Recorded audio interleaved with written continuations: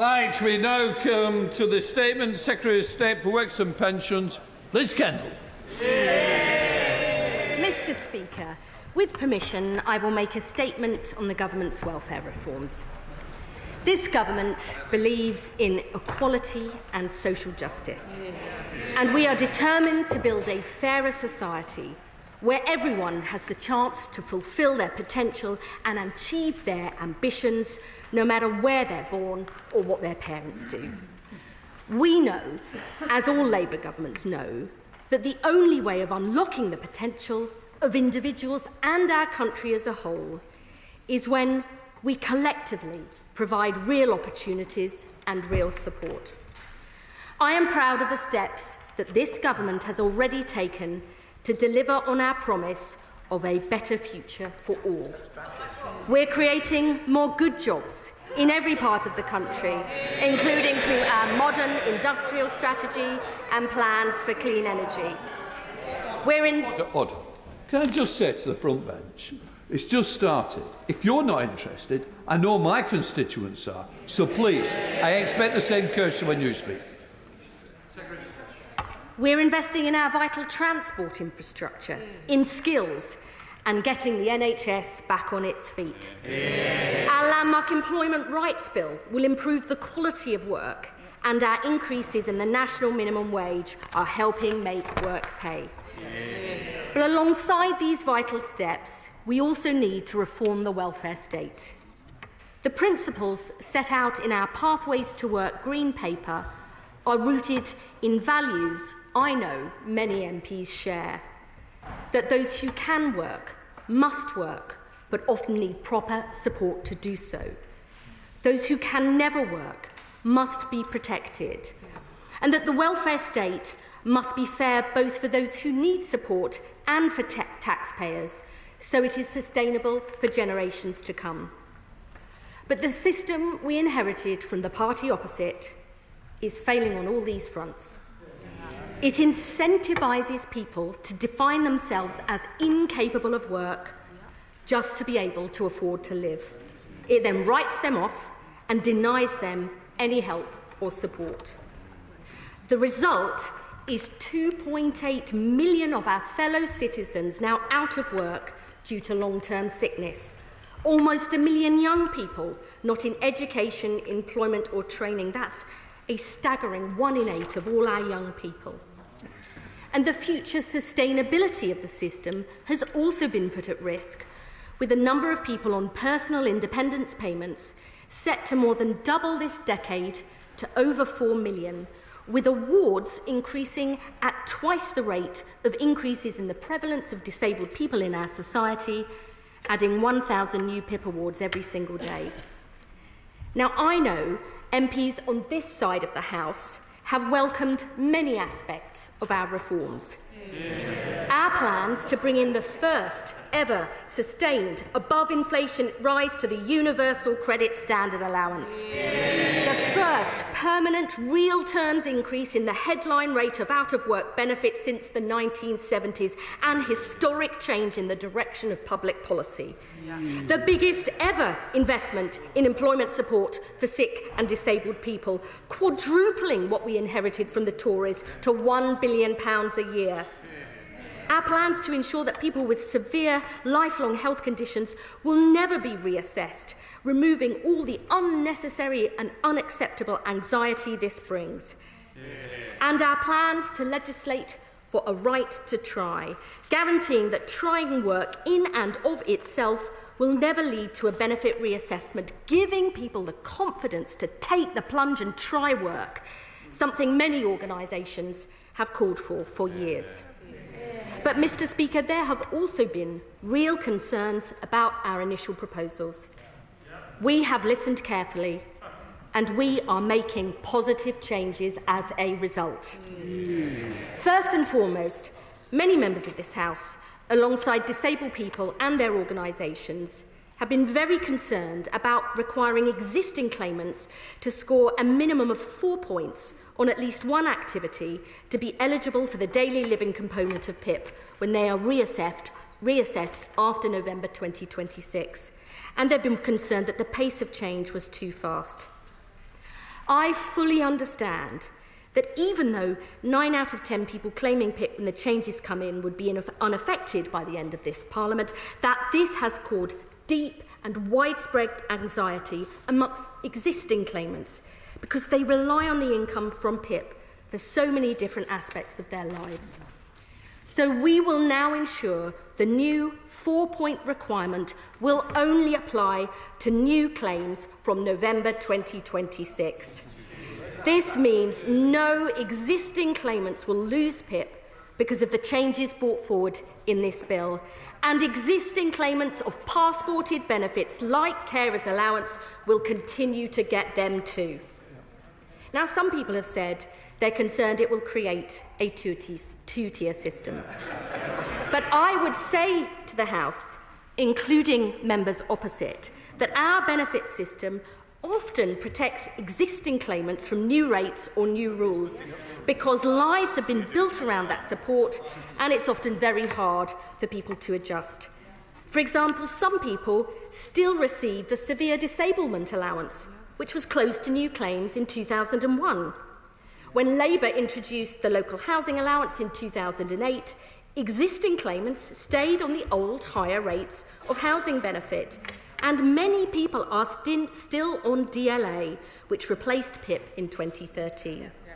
So we believe protecting existing claimants whilst beginning to focus PIP on those with higher needs for new claimants going forward strikes the right and fair balance.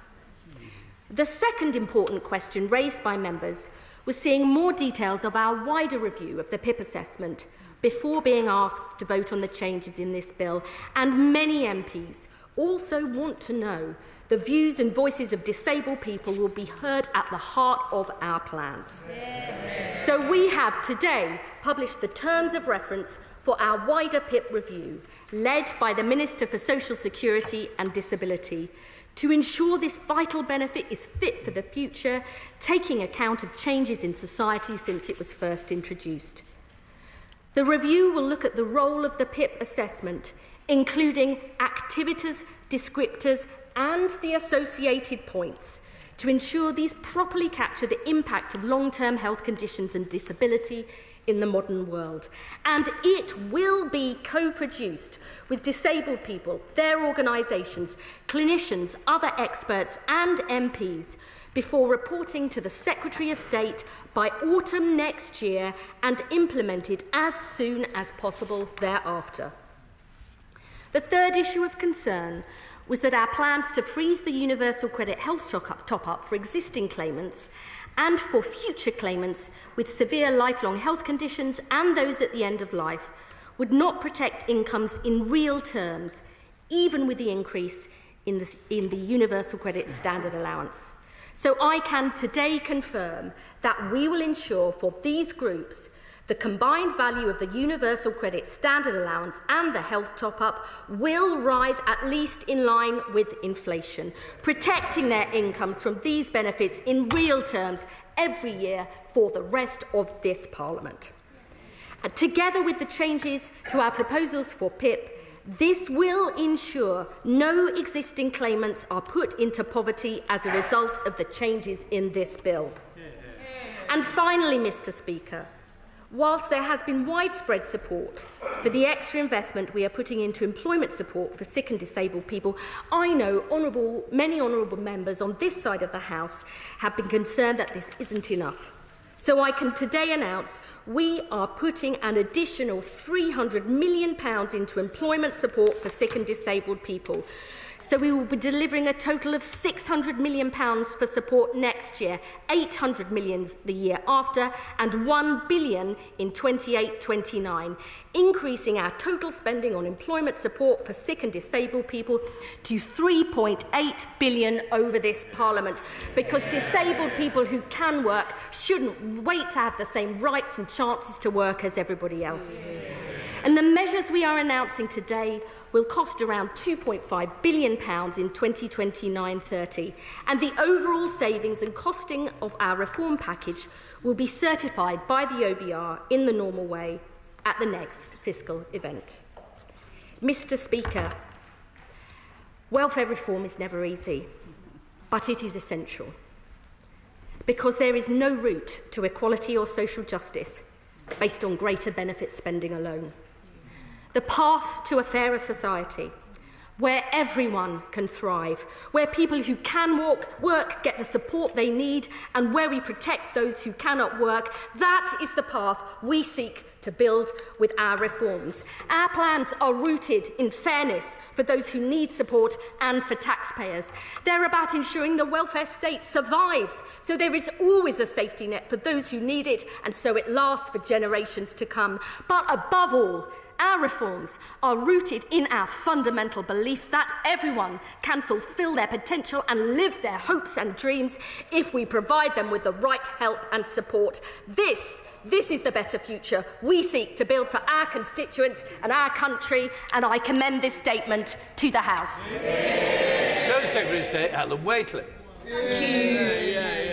Thank you, Mr. Speaker, and I thank the Right Honourable Lady for advance sight of her statement. This is a government in chaos. Open rebellion from their own backbenches, unfunded U-turns costing billions, and welfare plans that are not worth the paper they are written on.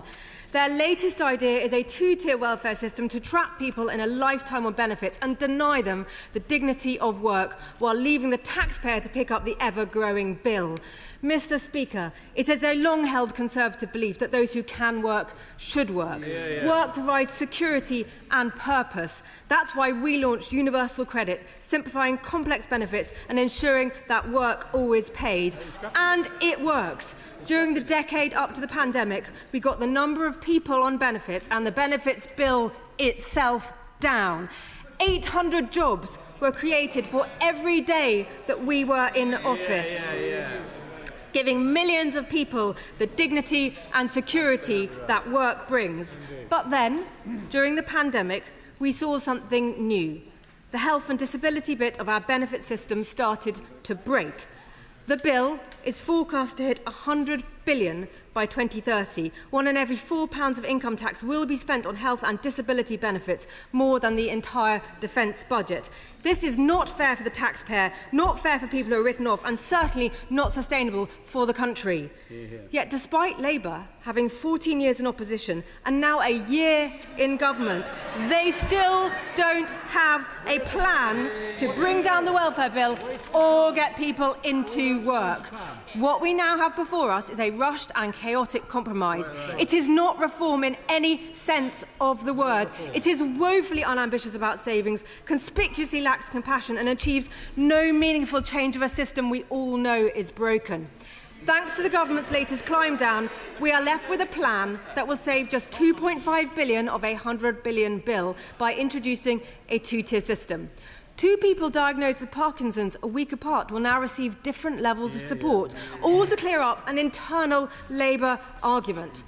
The government's own impact assessment shows that these plans won't get a single person into work. The idea that work is the guiding motivation for these changes is laughable.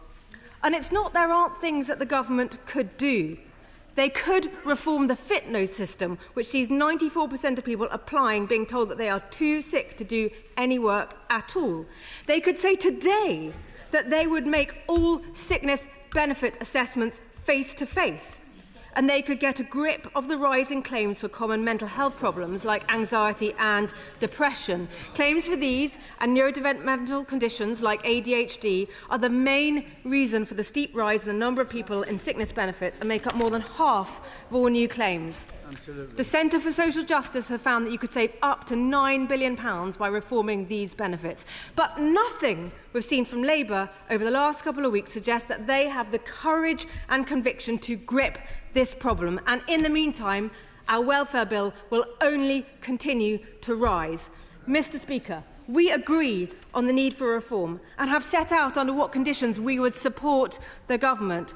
First, the welfare budget must come down.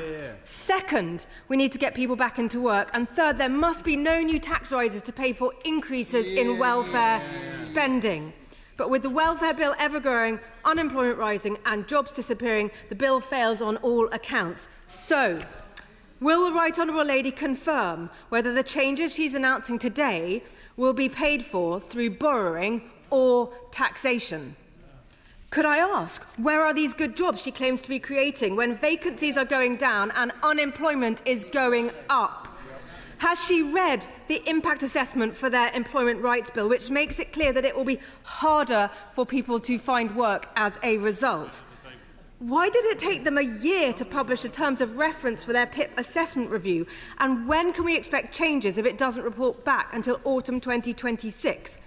Could I try one more time to ask what the difference is between her right to try guarantee and our chance to work guarantee? And finally, Mr. Speaker, is this it? Aren't there any more savings? Aren't they going to get any more people into work? Is this the extent of their ambition for reforming the welfare system during their time in office? In 5 years' time, is this going to be her legacy? Secretary of State. Well, I'm in listening mode and I listened carefully to what the Honourable Lady said. And once again, her strategy seems to be to rail against the problems she and her party created. I mean, she did have a bit of chutzpah to talk about a two-tier system. That's precisely what members opposite did when they protected people on legacy benefits, when they moved on to UC, and they replaced DLA with PIP. They are part of that, and they should admit that rather than making those points. She said we should bring back face-to-face reassessments. We are, because they switched them off. Yeah. But to be honest, I'm still no clearer about what their policy actually is. She and the Shadow Chancellor claim they had a plan to cut £12 billion from the welfare bill in their manifesto.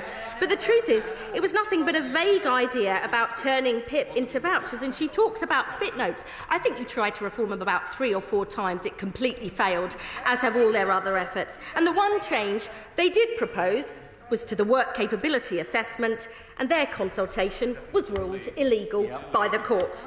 What is beyond doubt is the mess they left our welfare state and country in.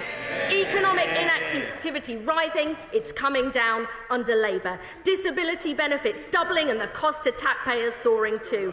We are putting in place real reforms based on our values, fair for those who need support and for taxpayers.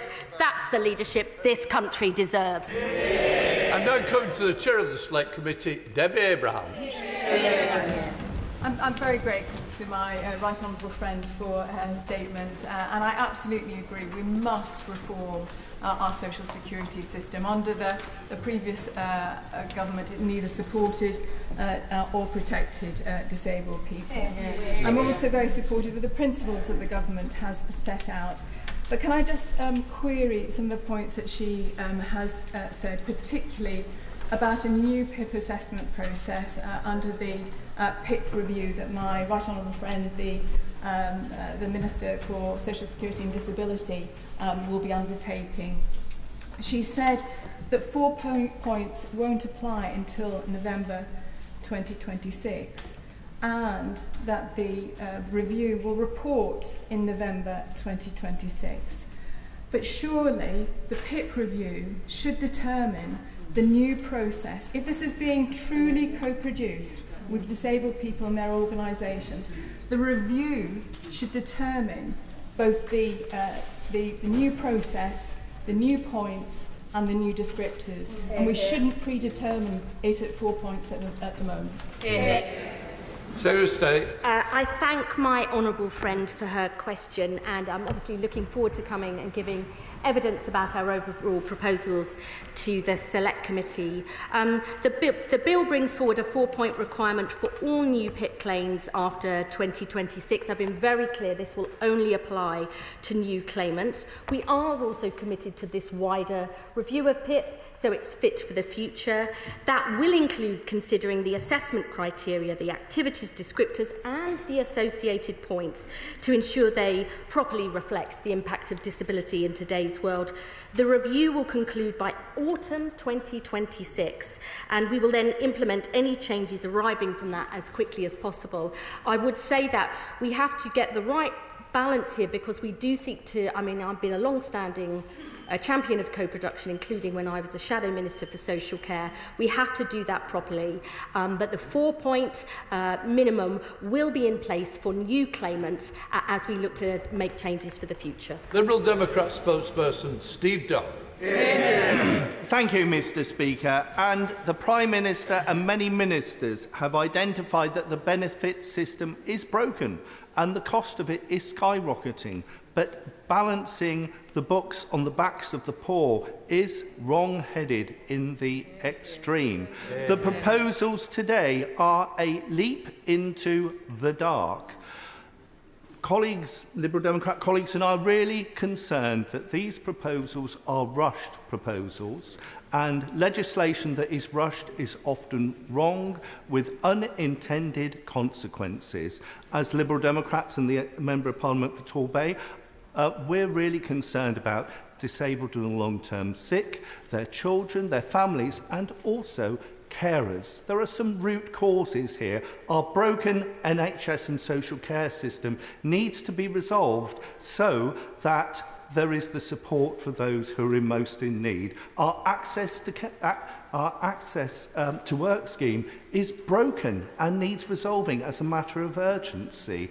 There are some real challenges there, and so I hope the Minister will give some genuine answers around what consultation has the Minister undertaken with carers, and also what cost shunting have you identified for our care and social needs system with any proposals. And finally, will the Minister consider withdrawing these proposals so there is adequate consultation and scrutiny to avoid any bystanders being hit by these proposals?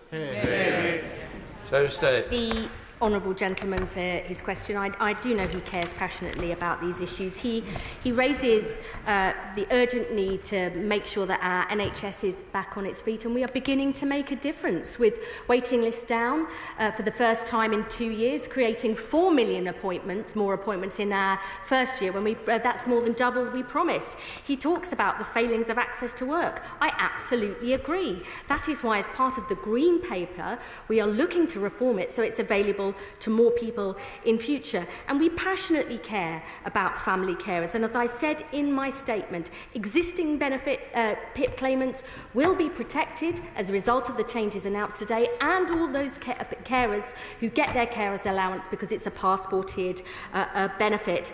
I would say to him too, we are looking at the future of social care with the review by Louise Caseby. The reason we are bringing these changes forwards is we do not think that it is acceptable that the UK has one of the widest disability employment gaps in Western Europe at 28%, much higher than Germany, France and Sweden. We think that's unacceptable. We want to change it, and that's why we're making these reforms. Can we try and speed up question and answers? It's not your fault. I'm just thinking of the numbers. Everybody wants to make a comment. I understand why. Joanna Baxter is a good example.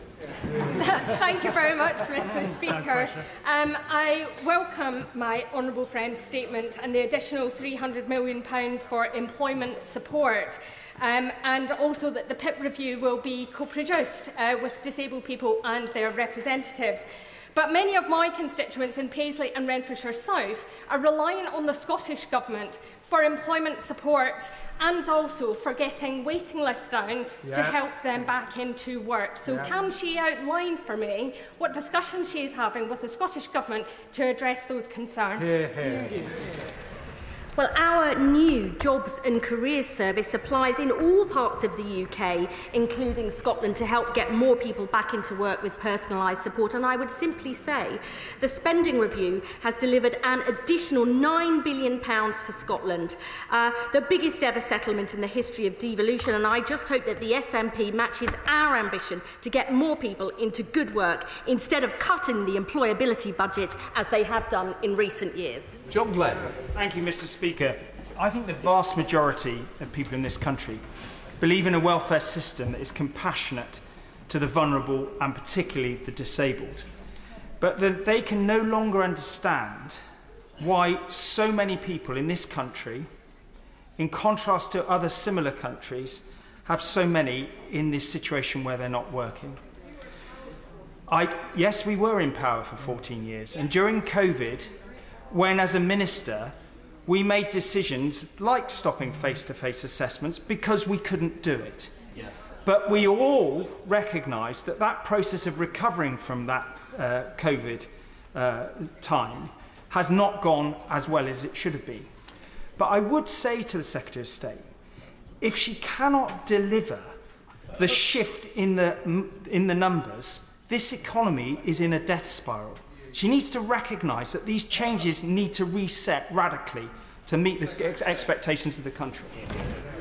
I absolutely believe that we have got to reset the system. We have to make sure that everybody who can work gets the opportunity to do so and the support that they need. That is precisely what we're trying to do with these plans. And I would just gently say to the honourable gentleman who I admire that it is precisely that failure and that mess that we are now trying to tackle. Hillier. Thank you, Mr. Speaker. Mr. Speaker, I thank the Secretary of State for the movement made in the last week. It would have been good to have had those conversations earlier. We are where we are.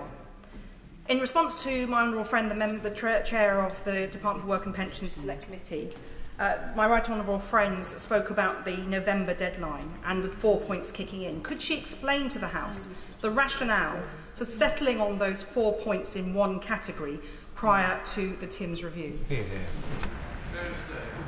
I thank my honourable friend for her question. Our objective here is to, as it always have been, and I am grateful to her and others for all the engagement that they have done with us, and I'm very grateful for that going forward. But the reason we are making these changes is we have to both get more people who can work into work and try to begin to focus this really important benefit on those with higher needs, so it is sustainable for the future. That will not affect existing claimants on PIP. They will have their incomes protected. I think that is a very positive change that we are making.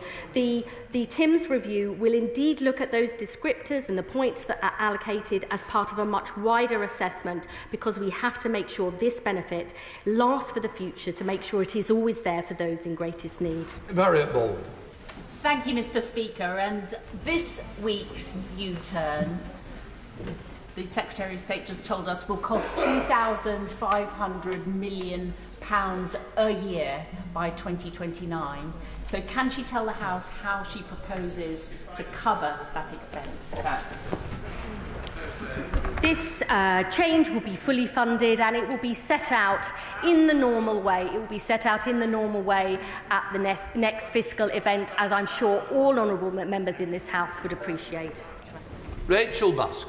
Thank you, Mr. Speaker. I welcome progress, but I cannot countenance sick and disabled people being denied support to enable them to be independent in the future, and 150,000 people pushed into deeper policy, nor can disabled people across our country support these measures. It is a matter of conscience. So can I ask the Secretary of State if she could set out why we're voting on these matters tomorrow, when the Timms review says that there could be real changes in the criteria that is used to assess people up to 4 points? It feels like signing a blank cheque.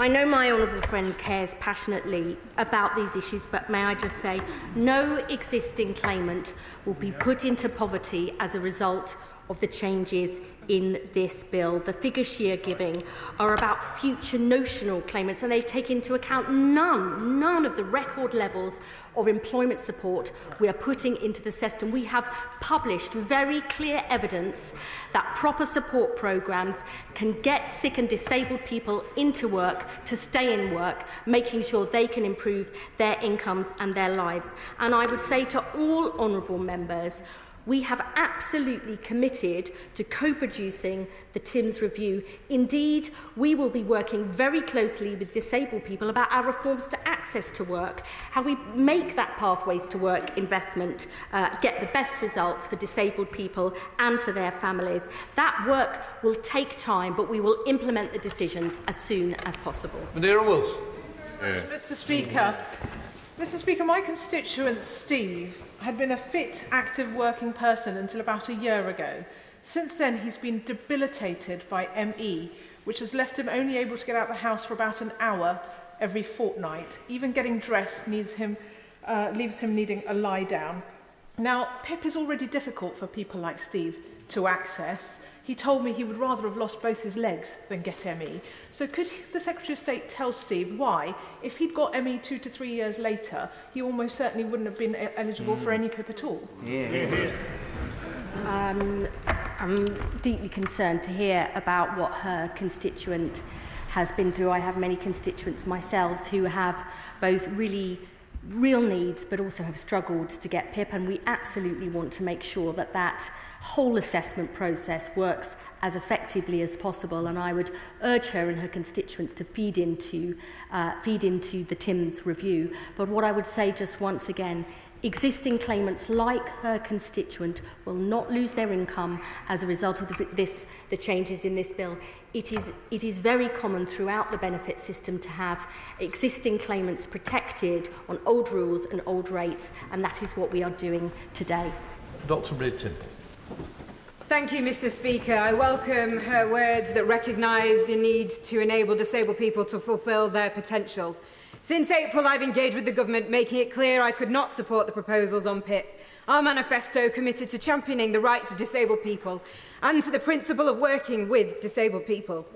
Having no public consultation on these plans excludes the voices of disabled people. This is not just about process. This makes disabled people worse off. The principle of fairness means disabled people had a legitimate expectation to be consulted, and in order to fulfil the Equality Act Section 149, Public Sector Equality Duty. Why did the Department for Work and Pensions choose not to consult with disabled people on PIP proposals, and what work will her department do to win back the trust of disabled people? My honourable friend is a powerful voice, and I know she will always remain that in this House. We are absolutely committed to co-producing this PIP review led by Sir Stephen Timms. She may know we are also setting up collaboration committees on access to work and on pathways to work to make sure we really get this right. I look forward to meeting with her and many other disabled people and their organisations to absolutely make sure we get this right as we go forward. Sir Desmond Swade. To describe it as fair and equal, to treat people with identical conditions differently purely on the basis of whether they are an existing applicant, an existing recipient of benefits, is Orwellian newspeak on stilts, isn't it? So why did his party do it for 14 years? Vicky Foxcroft. Thank you, Mr. Speaker, and I thank the Secretary of State for her statement. Will the TIMS review have the powers to review the planned budget savings for future claimants of PIP and UC health components? And secondly, if claimants request a reassessment because of worsening health conditions, will they be assessed on the current criteria or new eligibility criteria? I thank my honourable friend for her question. The PIP review is not driven by an objective of making savings. It's about making sure that this really vital benefit is fair and fit for the future. And as is the case now, people can request reassessments whenever they want.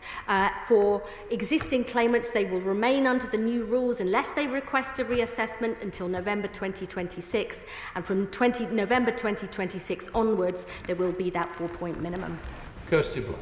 If this is what they think people voted for, what people wanted when they voted in July last year, why was it not in their manifesto? Why did they not put in their manifesto that they were going to cut the winter fuel payment, that they were going to keep the two-child cap, and that they were going to push 150,000 more disabled people into poverty? Is it perhaps because she realised how deeply unpopular and wrong these changes would be? I mean, it was, I don't expect her to have read every line of our manifesto, but reforming the benefit system was in our manifesto, and so too is our commitment to tackling child poverty. And I would say I am beyond proud that the Chancellor invested the resources we need to extend free school meals to all families on universal credit and lift 100,000 children out of poverty, a down payment on our child poverty strategy this autumn. Chair of Women's Equality, Sarah Owen. Thank you, Mr. Speaker. We all agree that the welfare system needs reform, but many of us in this place believe that changes for disability support should not take place without listening to disabled people's voices and experiences. Over the last few days, I'm hopeful that the government has shown strength in listening and moving on what they've heard. However, I have a question on the sequencing. What is the logic of making changes to future claimants before finishing the TIMS review, now co-produced with disabled people? Could this lead to not just 2 tiers, but 3 tiers? Those existing claimants, those new claimants who will lose out, and those post-TIMS review? No, that won't be correct. As I've set out in my statement, existing claimants on PIP will be protected. But the reason that we are making the changes for future claimants is we want to start to focus that for future claimants on those with higher needs. But current claimants of both PIP and, as I've set out, on Universal Credit Health Top-Up, no one who are claiming those benefits will be pushed into poverty as a result of the changes in this bill. James Wyatt. Thank you very much, Mr. Speaker. Health and sickness benefit spending is set to hit £100 billion by the end of the Parliament. So why isn't she bringing forward proper reforms rather than these rushed cuts imposed by the Chancellor that only save £2 billion and duck the difficult decisions that deal with the scale of the challenge that we face? I mean, perhaps he should make that point to his front bench when they had 14 years. Good job. Thank you, Mr. Speaker. Can I welcome the clarity my right honourable friend has set out, particularly for existing PIP claimants and those with severe conditions. But my constituents, who I met this weekend, would want to be actively a part of designing the changes that affect them. So can the Secretary of State confirm that my constituents will be able to feed their direct lived experience into the PIP review? Yes, as I set out in my statement, we intend to co-produce the TIMS review with disabled people, the organisations that represent them, other experts and MPs, so her constituents absolutely will be able to feed their views into this review. We want to strike the right balance here because co-production does actually take time. We want to do it as quickly as possible, but it's got to be done as effectively as possible. And I look forward to working with my honourable friend and involving her constituents' views. Tim Farron. Mr. Speaker, I spoke to a resident, a friend, in my constituency over the weekend. She's a wheelchair user since a failed back operation some years ago. She currently gets PIP. She gets 3 points for dressing and undressing. She gets 2 points for washing and bathing. She needs help with both. Yet she fears, as do I, that anybody with her needs or exact needs applying after next November will be left without help. We are right to be concerned and to fear that, aren't we? That is unjust and uncaring, isn't it? I would merely repeat to the honourable gentleman that it is very common throughout the benefit system to protect existing claimants from new rules and new rates. But I would also say to him, we are putting billions of pounds extra into the NHS so people can get the health and social care support they need. We're putting the biggest ever employment support investment in for sick and disabled people because we know disabled people who are out of work are twice as likely to be in poverty. That's the investment we're making. His constituents will be protected and will not be put into poverty as a result of the changes in this bill. Special Lerman. Thank you, Mr. Speaker. And I thank the Secretary of State for her commitment to bring forward a stronger bill and work with colleagues across the House on this. The reality is any one of us in this House could become disabled. Disability does not discriminate. And it's important for us to recognise the network of informal care, which is keeping our social care system. And the reality is that for a number of carers, they would not be eligible for carers allowance without the PIP eligibility. And there are so many carers who are receiving carers allowance who are in poverty. Those people are not doing it for the money. They're doing it because they are wanting to help a loved one, a family friend. I know from personal experience, being a carer for my mum, when you're helping someone to bathe, someone to get out of bed, someone to cook and clean, the toll it takes on you, you are not doing this for money, but they are scared. So can the Secretary of State confirm that we will protect those carers in any future PIP changes, because it is right that those carers should not be pushed into further poverty. My honourable friend is a huge champion of these issues, and I have long championed what unpaid family carers do. As she says, many don't even think they're a carer. They're just, a husband, wife, son, daughter, mum, dad, looking after the person they love. And I want to reassure her, as I said in my statement, that existing PIP claimants and all those who get passported benefits like carers will be protected as a result of the changes we've made. And indeed, I know my honourable friend, the Health Secretary, wants to do far more to support family carers in future, because without them, our NHS would collapse. Does the Secretary of State agree that, whilst necessary at the time of COVID, the removal of the requirement for face-to-face assessments was an opening of the door to potential abuse? And if so, will she commit in principle to the reinstatement of face-to-face assessments? That's exactly what we committed to in our Green Paper. Good, Snell. Thank you very much, Mr. Speaker. Presumably the outcome of the Timms review will require some form of primary legislation to enact the changes to the system that will come from the Department of Work and Pensions, in which case, Mr. Speaker, can I suggest to the Minister that removing Clause 5 from the bill tomorrow and putting it into any future legislation means the Department can still have its thresholds in the future if it wants to, but only once everybody knows what the criteria against those judges will be made? Well, we are co-producing this review, and it may result in changes that require primary legislation or secondary legislation or other action, and I don't want to preempt that. Let me just bring the honourable gentleman in the House back to what the purpose of these changes are, which is to make sure we have a system that is fair for those who need support and fair for taxpayers, and so that we do try and put the welfare state on a more sustainable footing in future. Because if we don't, my real fear is it won't be there for the very people who really, really need support going forward. Adrian Ramsey.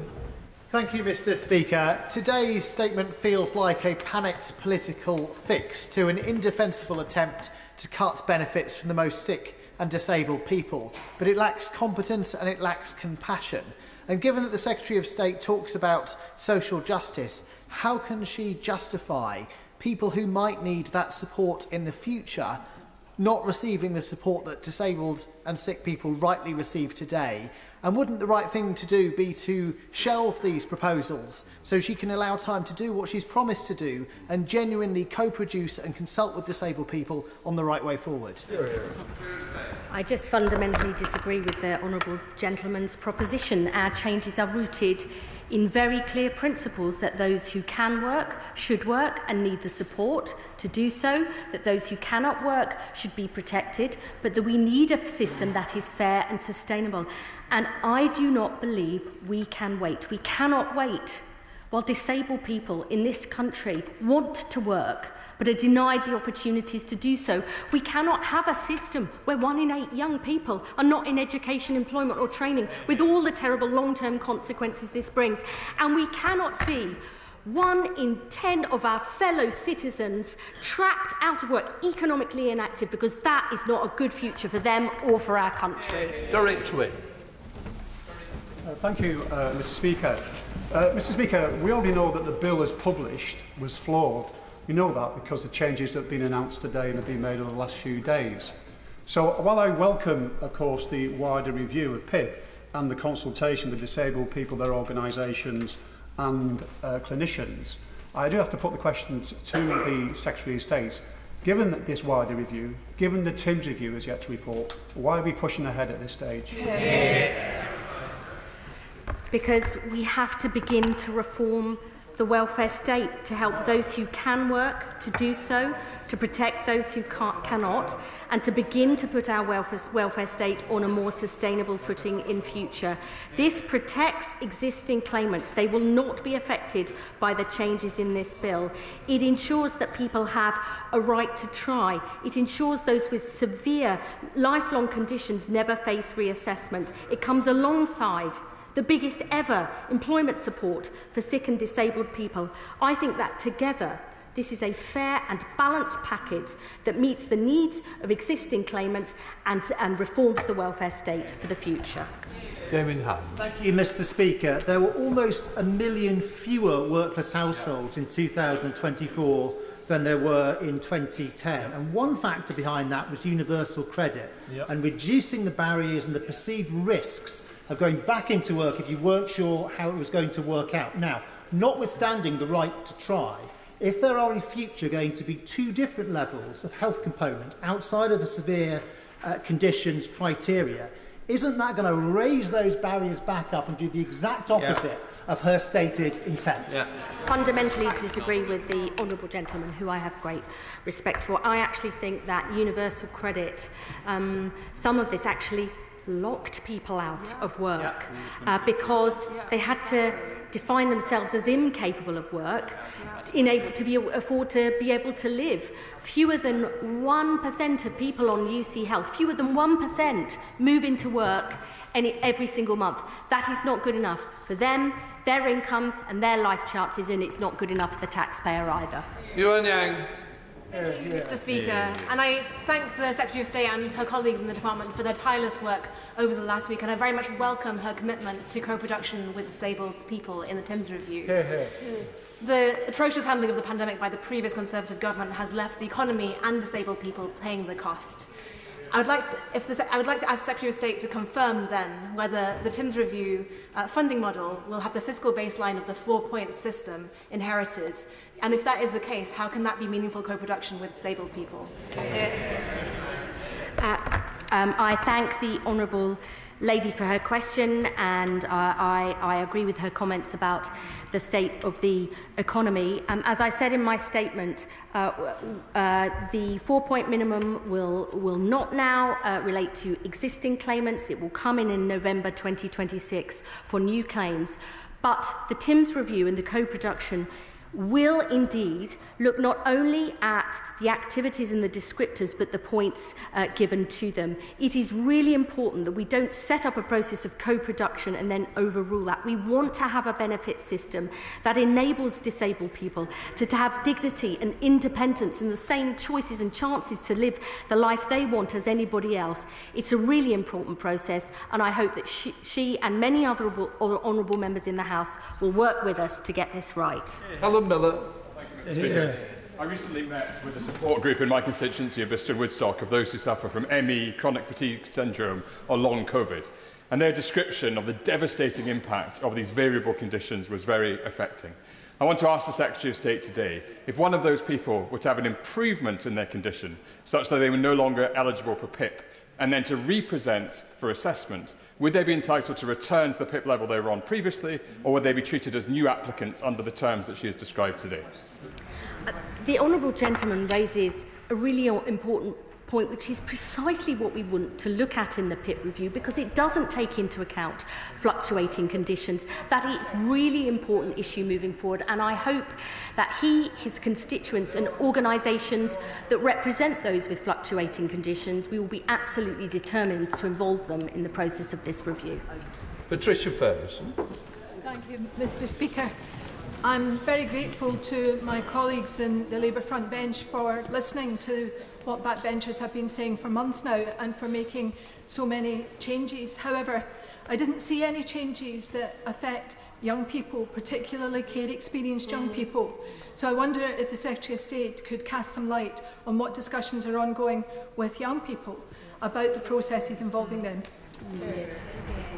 I really thank my honourable friend for her question. I would say a couple of points in response. As part of the process of the Green Paper, we're establishing a youth panel to make sure that young people's voices are heard in our future reforms. And actually, many of the youth guaranteed trailblazers that we're putting in place as part of our £240 million Get Britain Working Plan are looking to provide extra support for young care leavers because they're in different circumstances and need extra help. I'm sure there's far more that we can be doing in future, and I urge her to work with us to make sure their views are heard at the heart of our plans going forward. Sammy Woods. Thank you, Mr. Speaker. There are many on these benches who want to support the government in achieving the objectives of getting people back to work and being fair to those who can't work. But does she realise how difficult her actions make it for us to give support? Last week, the Deputy Prime Minister stood at that box and said, these proposals will go before Parliament this week, they're fair, and if they don't go, there's a black hole in the economy which we can't fill. And this week, we're now told that, well, actually, there's lots of people who were vulnerable, and it's not fair, and they rely on the income, and we will find the money. And the only thing that's changed in the week is that 120 backbenchers signed letters that wouldn't support these proposals. Does she realise how cynical this appears? And this is not about well thought out proposals, but simply a way of buying back the backbenchers who were rebelling. It may astonish the House that I think leadership is about sticking to your principles and values and listening to make sure that you get things right. I believe listening is a strength, not a weakness. I believe that in politics as well as in life. Gregory Poynton. Our welfare system must do much more to support and reward work, and also support people who are looking to re-enter or enter work. So what difference does you believe the right to try guarantee will help and achieve that?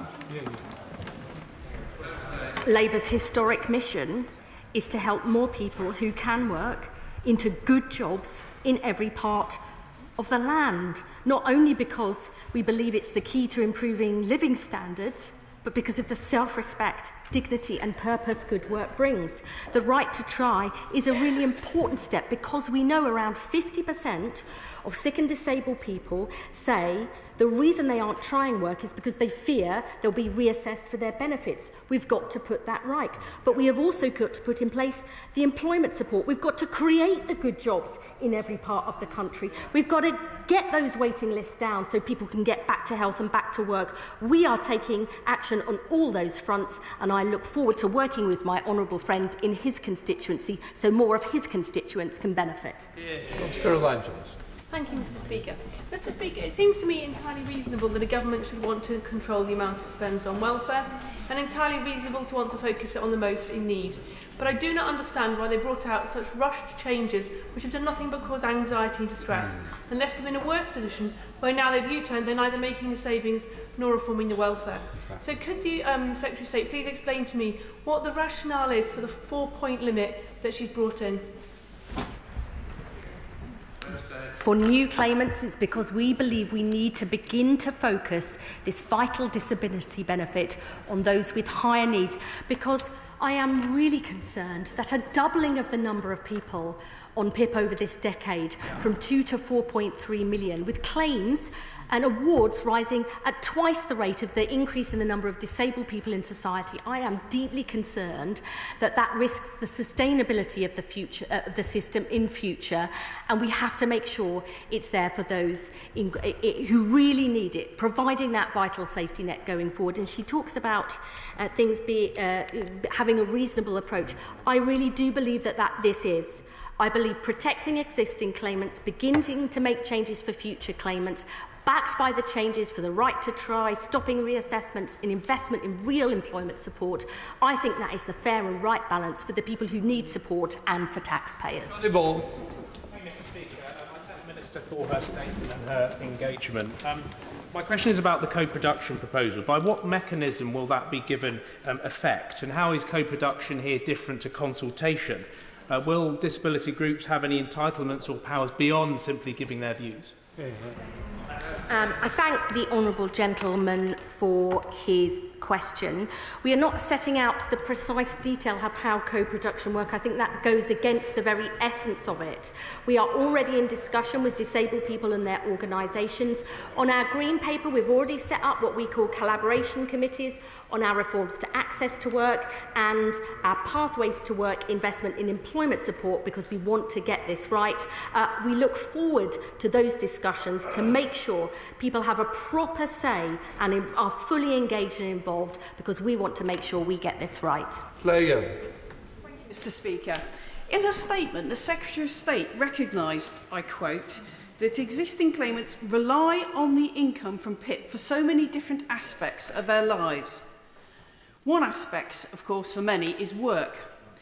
Why does she think that new claimants won't have the same need? And what aspects of their lives does she think they should curtail?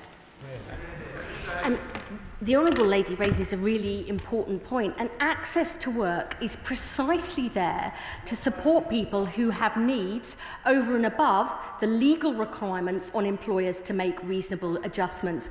We need to fix that system because the backlogs are too long, not enough people are getting that support, and that is precisely why we're consulting on the future of access to work, and we will make the changes that people need so they can get the help they need to get good, meaningful work and stay in work and deliver that as soon as possible. Richard Burke. Thank you, Mr. Speaker. Despite the changes, isn't it the case that over 400,000 disabled people are constituents who need assistance to cut up their food, wash themselves, go to the toilet, dress themselves, will be denied PIP from next year when they currently would have got it? And isn't the reality that Labour MPs will have to deal with this week after week after week in their constituency surgeries? And wouldn't it be better if, rather than trying to save political face, the government pulled this artificial politically imposed deadline of tomorrow? It's important not that we save face, but that we get it right.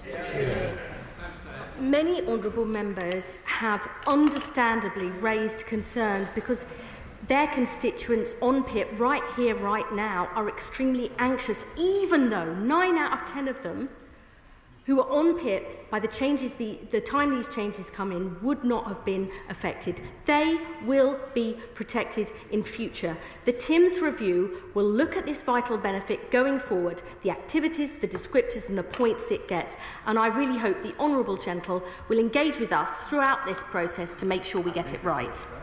Anne Davies. Diolch yn fawr, Mr Llafaridd. The UK Government's amendments to the Universal Credit and the Personal Independent Payment Bill weren't included in the initial statement on the bill's compatibility with the European Convention on Human Rights. Discrimination is a real concern, given that two people with the same condition could receive different support based on when they become sick or turn 18. So will the Secretary of State now make an updated statement on compatibility and also confirm that her department has complied with a public sector equality duty under the Equality Act 2010?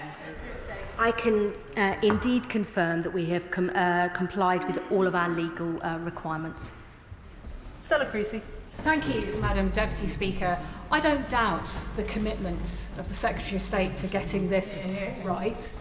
And she will be very, very aware that as it stands, the legal advice we've had is that these proposals will breach our obligations under the UN Convention on the Rights of People with Disabilities, something the previous government did, and we rightly challenged them on it. So that we do not make the same mistake, will she give a commitment to write into a bill that these proposals will be compliant with that commitment to make sure that persons with disabilities have social protection and the enjoyment of that right without discrimination on the basis of their disability? I would simply say to my honourable friend, who knows I have deep respect for her, that I would not be making any changes that I believed were incompatible with the law. Paul Holmes. Thank you, Madam Deputy Speaker. I'm sure the Chancellor will be delighted that the flip-flopping of the Prime Minister has meant that she has to find another £2.5 billion in taxation on people in this country. But does the Secretary of State think that it is fair that a two-tier system has been created? Because why would anybody on the old rate seek work when they know that if they go into work and it doesn't work out and they claim again, they'd get a reduced rate under her government? Because PIP is not an in-work benefit. Chian Wara. Thank you, Madam Deputy Speaker. The North East has the highest rate of disability in the country, 31%, and over a quarter of those of working age are living in poverty. So the Secretary of State is absolutely right to say that welfare reform is hard, it is essential, and it must reflect Labour values and disabled voices. So could she set out to us how the co-production of the new system with disability groups will ensure that it is a fairer system, and whether how North East disability groups will be able to be involved? We will absolutely ensure that the views and voices of disabled people right across the country, including in the North East, are fully involved in our process of co-production. She is a powerful champion of this. I hope she too will get involved with our plans. The Minister for Social Security and Disability, Sir Stephen Timms, will be developing the process of co-production in close conduct with disabled people and their organisations, and I am sure that he will update the House shortly as these plans progress. Jeremy Corbyn. Madam Deputy Speaker, on page 3 of her statement, the Secretary of State asks herself the rhetorical question about a two-tier system. Can she simply confirm that somebody now eligible for personal independence payment gets it, somebody with a similar condition, whenever this bill has become law, suffers the same kind of condition, will not be eligible for the personal independence payment, and their support will be either from friends or family or no support at all? Is she really happy that we're deliberately creating a two-tier system for people with profound needs and disabilities who quite rightly expect the community as a whole to recognise and support them? Absolutely. I would simply say to the honourable gentleman, there are many differences in the benefit system already, where people are on different rates and different rules depending on the time that they came into the system. That has always been a part of the social security system, including under previous Labour governments. The Timms review will look at the different descriptors and the points that are delivered to them, alongside much wider changes. I mean, the PIP came in more than 10 years ago. There have been huge changes in the nature of disability, in the world of work, and in society. We have got to make sure this vital benefit stays in future, and that is what the Timms review seeks to achieve. I thought it would be helpful to let members know that I'm planning to continue the statement until 1:15. It would therefore be helpful if questions could be short. Alex McIntyre. Deputy Speaker, over recent months I've been consulting with constituents of mine in Gloucester who have lived experience of disability and the welfare system and their representatives, and I know they'll welcome your statement, the Secretary of State's statement today that protections for existing claimants will be protected. But one of the most heartbreaking stories I heard of those consultations was a young constituent of mine who'd applied for hundreds of jobs, attended dozens of interviews, and simply could not find a job. So will the Secretary of State meet with me to discuss what more we can do, not just to support disabled people in my constituency, but also to encourage employers to take on some of the talented, brilliant people living with disabilities that we have in my constituency of Gloucester? My honourable friend raises a really, really important point, which is the world of work, and the need to make sure that employers recruit and retain more people with long-term sickness and a disability. That is precisely why, in addition to the huge advances in our Employment Rights Bill, we have asked Sir Charlie Mayfield, the former boss of John Lewis, to look at what more we can do to support employers to recruit and retain disabled people. We are also, I should say, overhauling our job centres so that they provide more personalised, tailored support. And indeed, we have set our job centres a new goal of reducing the disability employment gap. I believe that will make a huge difference too. Cameron Thomas. Thank you, Madam Deputy Speaker, and welcome back. The recent compromise by the Government with its own MPs secures PIP for existing claimants, but not for those who come hereafter. A distinction born not of compassion, nor apparently economics, but to secure the Government's own political footing. If I'm wrong, will the Secretary of State describe the moral foundation for this distinction between those who suffer today and those who suffer in the future? Thank you. I'm not going to take any lectures on compassion. I have fought my whole life to tackle poverty and drive up opportunity for people no matter where they're born, what their parents did, their gender, their sexuality, or the colour of their skin. And I would say to him, the social security system has many, many different rules for new and previous claimants. I do not believe that that is an unfair system. I believe it is the way that we protect people who've come to rely on that benefit. I am proud of the changes that we have announced today. I think they are positive and get us in a good place. Listening is a sign of strength, and I am absolutely determined to continue to listen. Helen Hayes. Thank you, Madam Deputy Speaker. Can I thank my right honourable friend for her statement and for the steps that she has taken to improve this bill. In launching the TIMS review, she has accepted that the current PIP assessment criteria and descriptors are not fit for purpose. So can my right honourable friend confirm that the difference in the timetable for implementing the change which will require applicants to achieve 4 points in a single category and the timetable for completing and implementing the TIMS review will result in some people falling between the old system and the new system, being required to achieve 4 points on criteria that are not fit for purpose? How long will this happen for? Who will be affected? And what will happen in the future to those people? I would say to my honourable friend, who I know has worked extremely hard on all of those issues, it's actually an issue raised by a previous colleague. There will be two sets here: the people who are on the existing system, who will be protected, and the 4 points as we are going forward. But the TIMS review will indeed look at the descriptors and the different points that they get.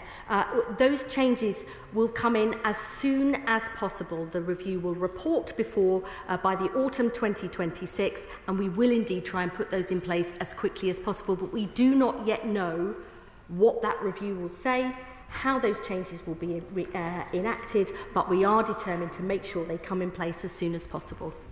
Nick Timothy. Thank you, Madam Deputy Speaker. Isn't the problem for the government the failure of the Prime Minister to even seek a mandate for what he's trying to do? He said he'd limit spending increases to £9.5 billion a year, but increase spending by 8 times as much, and the effect on the fiscal rules is the root cause of this problem. He also won the Labour leadership by promising to, quote, abolish universal credit and end the Tories' cruel benefits sanctions regime. But then he masqueraded as a welfare reformer. Does she realise now that to win a mandate, you need to be straight with people, including their own MPs? I am very proud of our Prime Minister, who changed our party so we can change our country. And the mandate can be seen by the number of MPs on the benches behind me. Annalise Dodds. Thank you, Madam Deputy Speaker. Increasing access to employment opportunities for disabled people and improving the retention of disabled workers were urgent before. They're even more urgent now.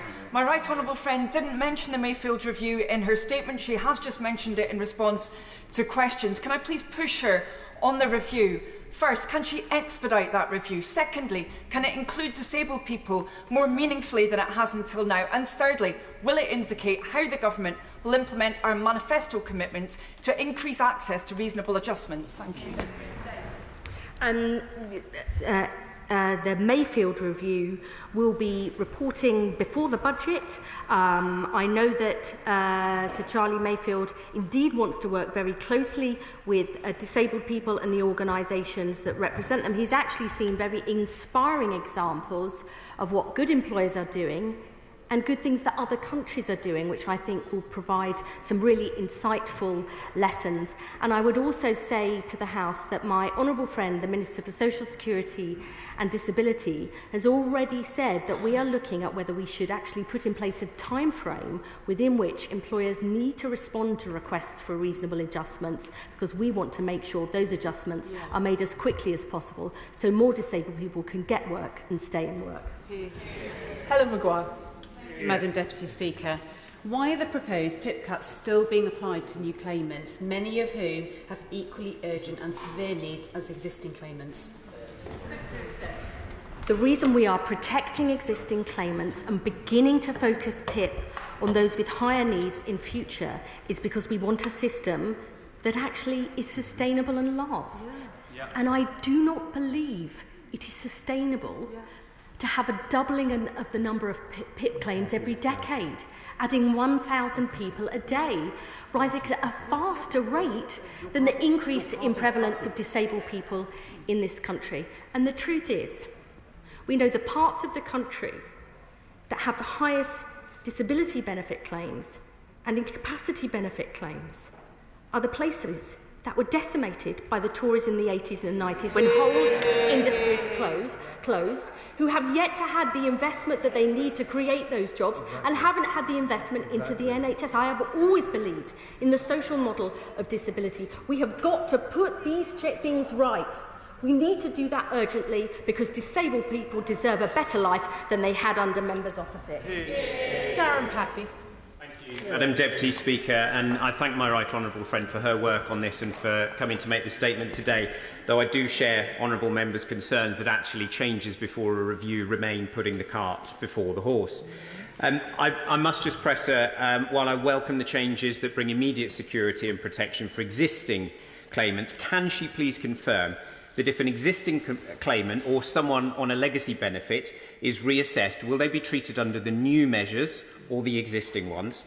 And for carers, future applicants will have that eligibility increased. So can she confirm if carers are going to be included in the co-production review carried out by Minister Timms? Yes, absolutely. Indeed, myself and the my right honourable friend, the Minister for Social Security and Disability, met with carers organisations the day after we published the Green Paper and many other disability organisations. I want to be crystal clear on this. People who are currently on PIP and are on PIP by the time these changes come in November 2026 will remain on that benefit under those old rules. Jim Allister. Thank you. In the first lines of her statement, the Secretary of State affirms that this government believes in equality. Where is the equality in evaluating one person's eligibility for the daily living component of PIP on the practical consequences of their disability and evaluating another according to the date of their application? I mean, this is a really common issue within the benefits system, and if we could never change it, we wouldn't make the reforms to make it sustainable for the future. Existing claimants will remain on those rules even if and when they are reassessed. The changes will come in for new claimants from November 2026, but our review will look, as I've said many times before, at the different activities and descriptors and the points that they will get, because we need to make sure this vital benefit is sustainable for the future. Ruth Jones. Madam Deputy Speaker, and I thank the Secretary of State for coming this afternoon, and I welcome her announcement that the TIMS review of the PIP process will be undertaken in partnership with people with disabilities, because this is critical, because we know that currently over 70% of appeals against PIP outcomes are overturned in favour of the claimant. We need to get the assessment process right first time and every time for all applicants. Does she agree? Yes. Josh Babarindi. Thank you, Madam Deputy Speaker. I decided to go into politics because I believe that luck plays too great a role in shaping people's respective courses and qualities of life. But unfortunately, the system that has been announced today leaves the fate of many disabled people in our country down to luck. Were you applying before November 2026, or were you applying after November 2026? I hope that the Secretary of State will reverse her decision and drop this bill tomorrow. But in case she won't, will she commit to engaging with Cathy, a disabled person in my constituency, who runs a Facebook group of 44,000 people advising on PIP and disability-related matters, in order to ensure that her voice and their voice is at the centre of their plans going forward? I mean, I will absolutely commit to making sure her views and voices are heard, and I'm sure as a strong champion for his constituency, he will ensure that. But I don't believe it's about luck. I believe that parts of this country and different types of people have been repeatedly neglected and denied opportunities and support. Exactly. There is nothing about luck here. It's about people and places that have been written off and denied opportunities for so long. Governments, if they're determined, can make a difference, and that is what we intend to do. Tonia Antoniazzi. Thank you, Madam Deputy Speaker. Regarding welfare reform, I've surveyed my constituents and submitted the findings to the consultation. I've met with disability groups across Swansea and disabled constituents to hear their concerns. But the problem that I've seen most prevalent in Gower has been the incompetence of Capita and the inconsistencies of DWP decision makers. And this is why, Madam Deputy Speaker, I really do genuinely welcome the Timms review. So what reassurances can she give that the Timms review will address this and give confidence in the decision-making process? She should 100% send me these findings and concerns in detail. One of the reasons that we are not only bringing back face-to-face assessments but recording them as standard is because precisely we want to get to the bottom of this and make sure we put it right. Jim Dixon. Thank you, Madam Deputy Speaker. Over this weekend I was privileged to be able to have a number of in-depth conversations with people and families living with disabilities. I'd like to thank the DOT for the kindness community for bringing that event about. One of the things that the people I talked to said to me again and again is how poor the health service has been at helping disabled people manage their conditions over many years. Could the Secretary of State set out how the DWP and the Department for Health are going to work together to make sure disabled people are properly supported into work? My honourable friend raises a really important point. There is far more that the health service can do to help people with long-term sickness and disability to better manage their conditions. They can't do it on their own. They need the right help and support. We actually have a joint work and health unit that is working on precisely those issues, and I'm indeed working closely with my honourable friend, the Health Secretary, because getting people back to health and back to work is so important. We know good work is critical for good health, and good health is critical for people getting work. They're two sides of the same coin. We've got to stop these false divides, get it sorted to help people be able to fulfil their ambitions and work. Marcia de Cordova.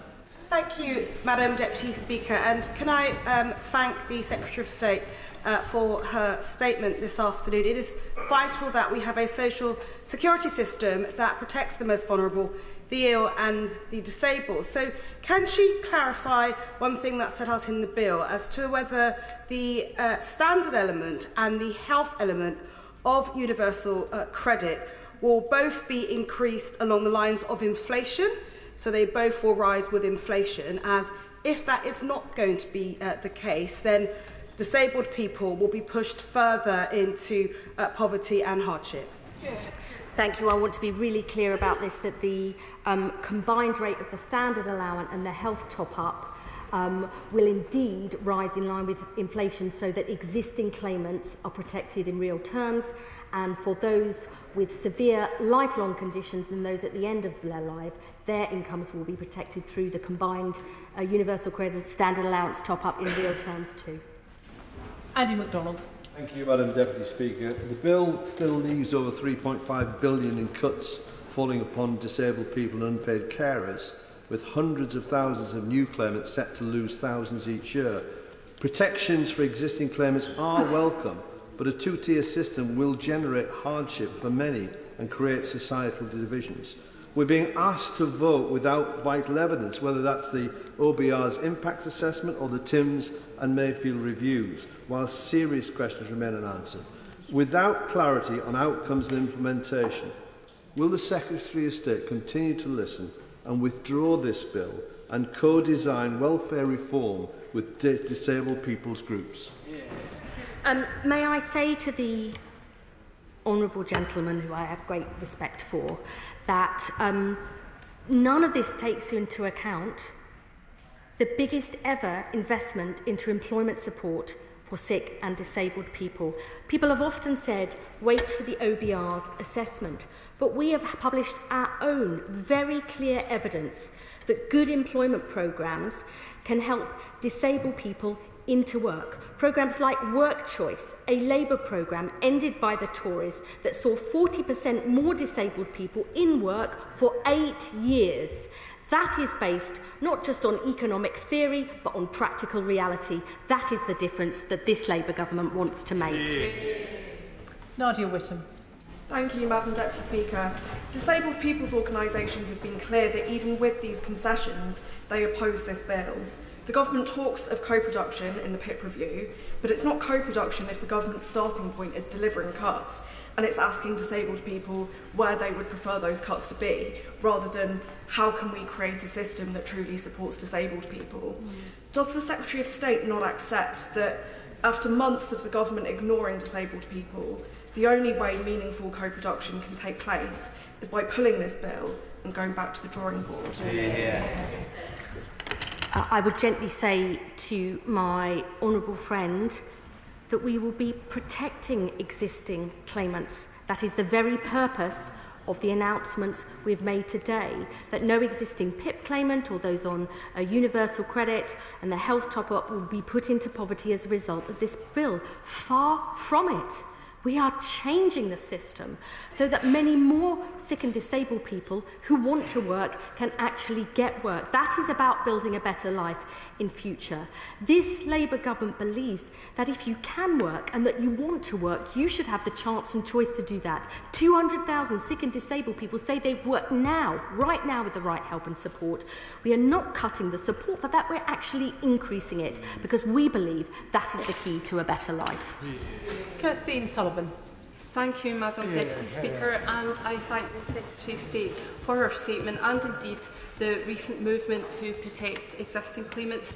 Now, I appreciate that adult disability payment is a matter devolved to the Scottish Government. However, my constituents are really concerned about the potential for differing qualifying criteria across the nations, which may result in limiting access to passported benefits from November 2026. So what assurances can the Secretary of State give my constituents that they won't lose benefits that they currently have access to and the vital support in which their households rely? And can also ask, following on from the response to my honourable friend, the member for Dulwich and Norwood, I'm really unclear now. Is this House being asked to agree 4 points without knowing the outcome of the TIMS review with regard to descriptors, or could that review result in more fundamental reforms that would rip up the current PIP? On the first point my honourable friend raises, she will know that PIP is devolved in Scotland. I believe the Scottish Government is actually reviewing the ADP at the minute, including on eligibility criteria. That will be a matter for them. But I want to be clear to the House that the new 4-point minimum requirement will come in November 2026 for new claims going forward. Existing claimants will be protected. Of course, the TIMS review will look at the different descriptors and the points that they should get in future, but that 4-point minimum in the daily living component for new claimants will remain. Matthew Patrick. Thank you, Madam Deputy Speaker. The party opposite presided over multiple reforms of welfare and the results were a disaster. But perhaps cruelest of all was adults who have an irreversible health condition, who could never work, being forced to go through reassessment after reassessment, jumping through hoops. So can my right honourable friend please confirm that with these Labour reforms, that cruel legacy will be ended once and for all? Yes, I can, because I believe the unnecessary and unacceptable stress that created was not right, and we will fix that with these reforms, with this bill going forward, because people need to live in dignity and security. Mark Ferguson. Thank you, Madam Deputy Speaker. The Labour Party is defined by work, defined by the dignity of work. So is my community in Gateshead and Wickham. The belief that you should be able to work to provide for yourself, your family and your community. Too many people in my community have been let down by successive governments of all sides by not creating the jobs that we need. And with a failed system, not one person who's spoken today, not one has defended the existing indefensible system. So what will the Secretary of State do to ensure that communities like mine, where work and a lack of work is the problem, receive the support we need? My honourable friend speaks powerfully about Labour's historic mission to help people who can work to do so, and the fact that his constituents have been denied that support for so long. We want to transform that. We believe that in an ageing society where more of us will be living with a disability and with 1, 2 or more long-term chronic conditions and caring for people, that we have to change the welfare state. We have to provide more support to help people work. The world of work needs to change too, and that is why we've not only commissioned the Mayfield review, but that we are putting in the biggest ever employment support for sick and disabled people, and why I've announced an additional £300 million for that support today. Can I please encourage members to keep their questions short, or you will not all get in? Harpreet Uppal. Thank you, Deputy Madam Speaker.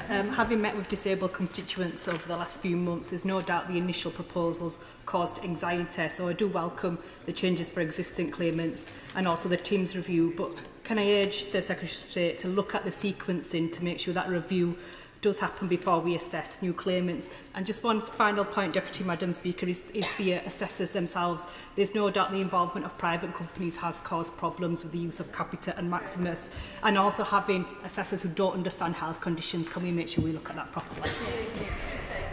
Yes, we are absolutely committed to looking at that. In fact, we announced in our Green Paper that we are overhauling our entire safeguarding process, including the training of assessors. We want to get this right. We're also going to be not only bringing back face-to-face assessments, but also recording them as standard. Together, I believe this will make a real difference in the whole process to make sure we get the decisions, the right decisions, right first time. Ian Byrne. Thank you, Madam Deputy Speaker. These so-called concessions go nowhere near far enough, and tomorrow I'll be voting against these cruel cuts. But I want to ask, could the Secretary of State name a single disabled person-led organisation that supports this legislation? I understand why disability organisations are making the points that they do. That is their job. Our job is something different. Our job is to take the right decisions that we believe are fair, to make sure we have a system that works for people who need support, but that is also sustainable for the future. Yeah. That is not easy. I mean, that's a statement of the obvious. But I believe we have a fair package, a package that protects existing claimants because they've come to rely on that support, as is often the case in the social security system, that begins to tackle the perverse incentive that encourages people to define themselves as incapable of work just to be able to afford to live, and which puts in place the employment support to help the hundreds of thousands of disabled people and people with long-term conditions who want to work. That is the right way forward, and I hope that he and his constituents will get involved in the TIMS review to make sure future changes make sure this vital benefit is fit for the future. Rachel Taylor. Thank you, Madam Deputy Speaker. I spoke to Mike, one of my constituents, last week, who's a disabled person who speaks on behalf of many disabled constituents across Warwickshire. And he is really pleased that he's going to have the right to try work. He's also really pleased that disabled people will be treated with dignity and will be part of a co-production of these new proposals. But he is still fearful that these changes may mean losses for disabled people like him and difficult situations.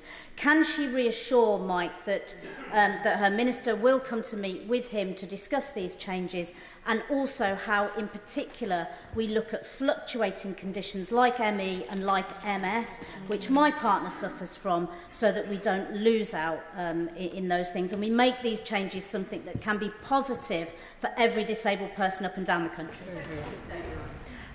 We absolutely want to work with MPs, disabled people, their organisations and other experts as part of co-producing the TIMS review. And I think this point about fluctuating health conditions is really important and something that we have to crack for the future, because so many people have those conditions. They may be able to work one day, not another, 3 days at home, but not 5 days. That we've got to make this fit for the future, because the reality is we're living longer, more of us have disabilities, more of us have 2, 3 or more long-term conditions.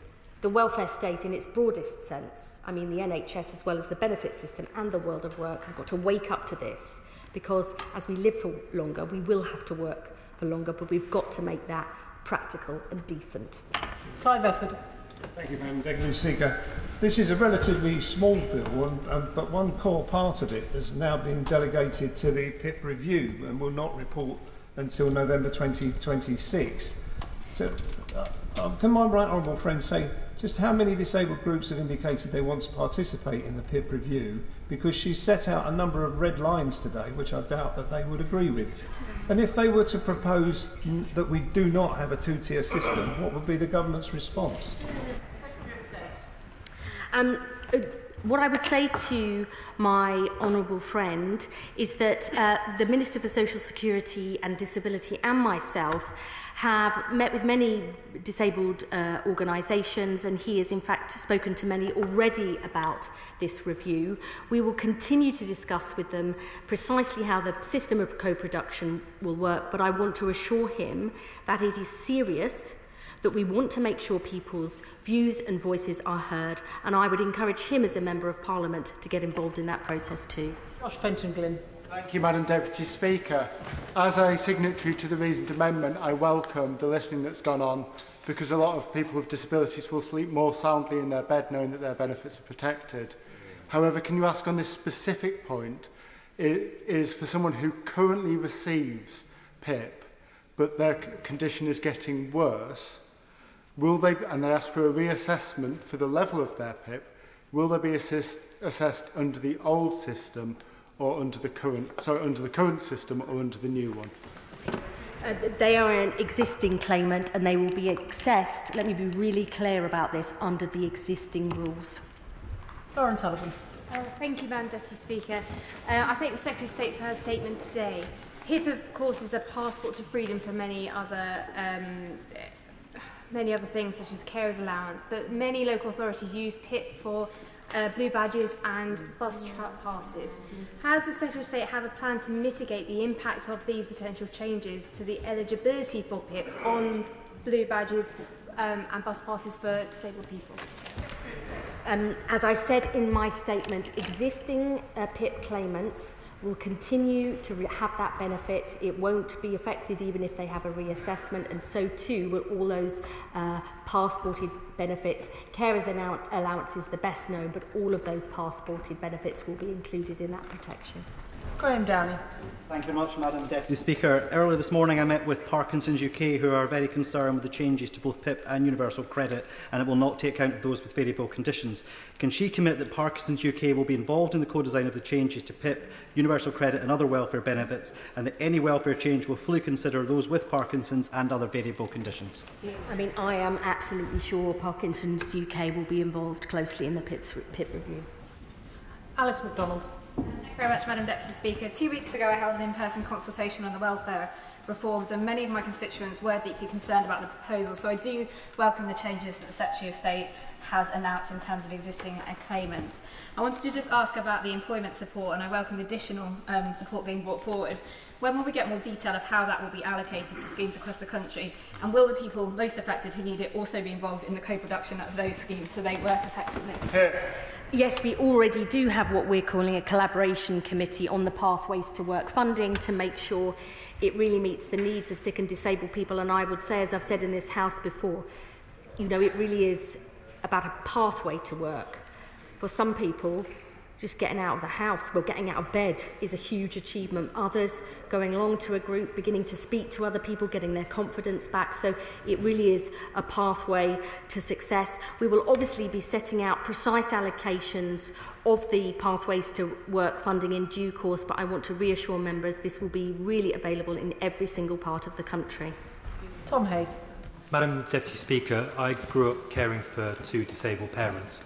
As a kid, I saw firsthand the harms that happen when the British state routinely lets down disabled people. It's why disabled civil rights activists have a phrase, nothing about us without us. And it's why I'm looking for genuine and meaningful co-production.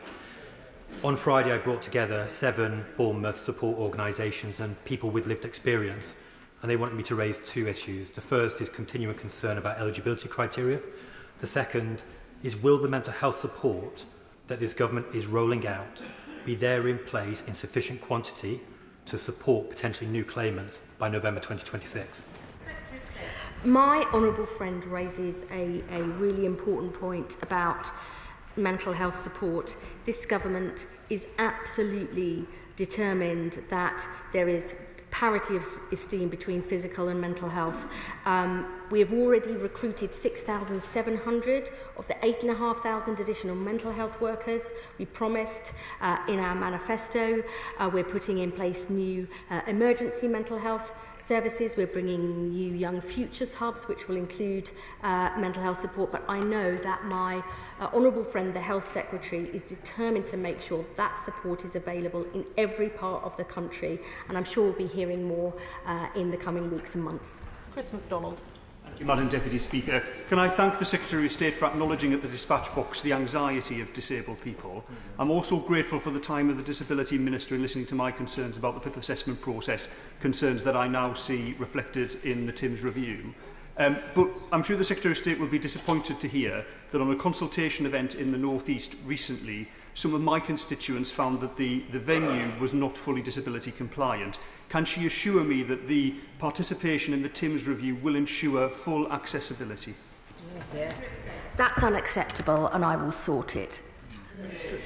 Neil Duncan-Jordan. Thank you, Madam Deputy Speaker. And can I thank the Secretary of State for her statement? I wonder if she will reflect on whether the bill we have before us tomorrow is the best way of making welfare policy. And wouldn't it be better to withdraw the bill and wait for the TIMS review to complete its important work? Welfare touches on the lives of millions of people in this country every single day, and making changes is never easy, and perhaps particularly for a Labour government, because tackling poverty and inequality is in our DNA.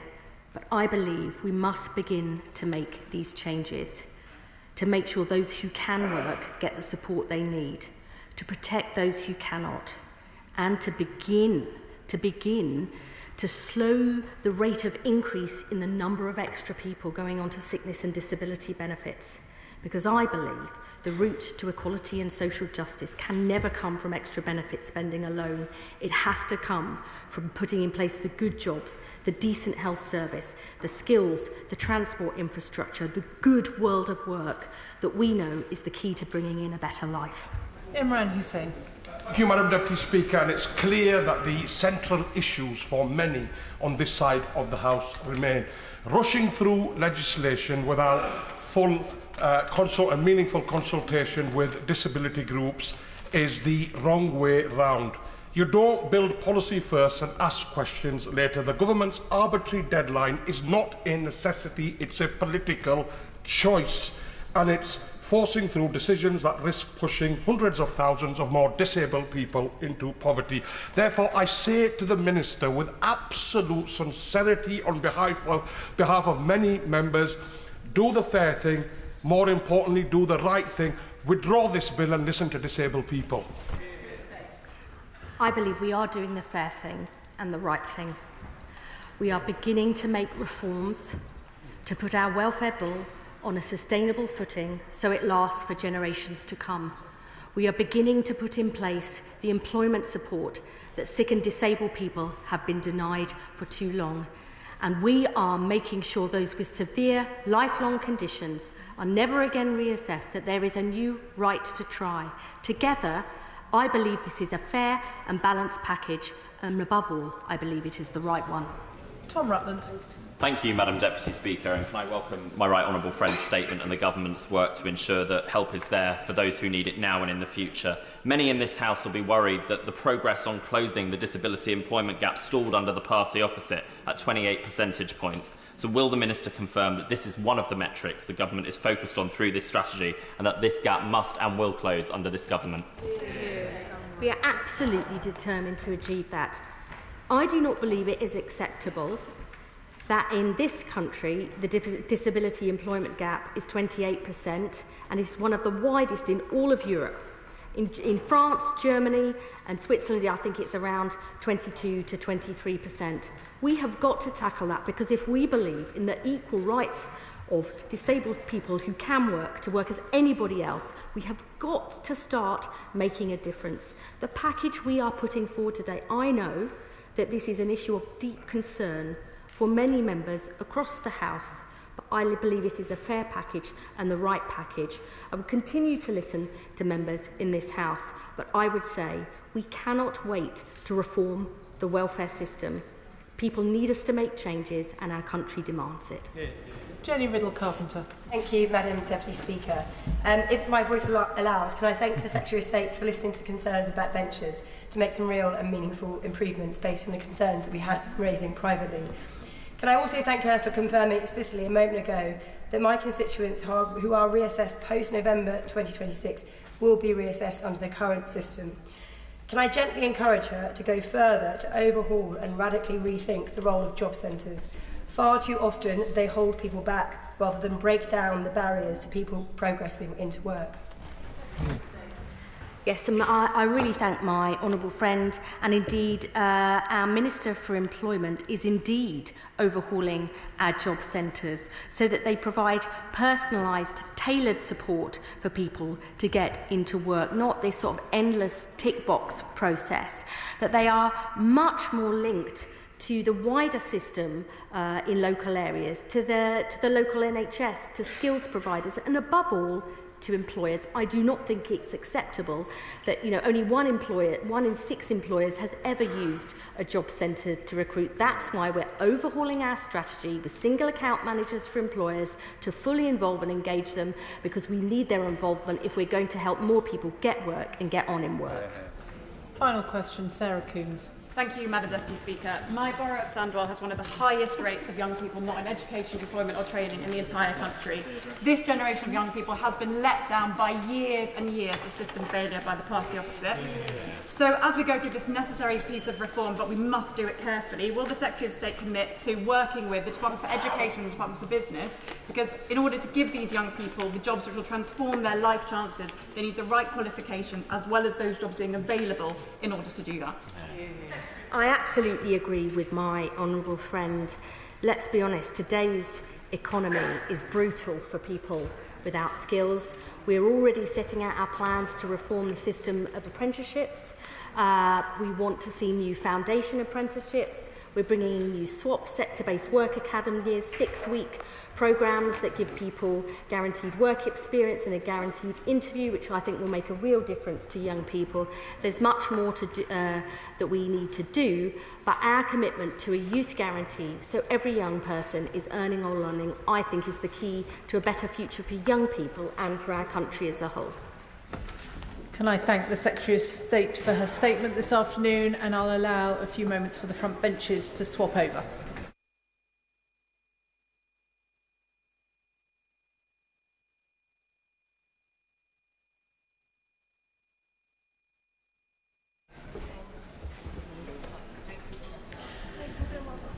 Statement, the Glastonbury Festival and BBC coverage. Secretary of State Lisa Nandy. With permission, Madam Deputy Speaker, I would like to make a statement about the events at Glastonbury this weekend. Members of Parliament will have seen, as I have, the appalling and unacceptable scenes at Glastonbury on Saturday, where chants of death to the IDF and river to the sea, amongst others, were broadcast to the nation. I've been in touch with my right honourable friend, the Home Secretary, as to whether there has been any criminal offence committed. The House will know that decisions relating to specific cases are an operational matter for the police. Avon and Somerset Police have confirmed that video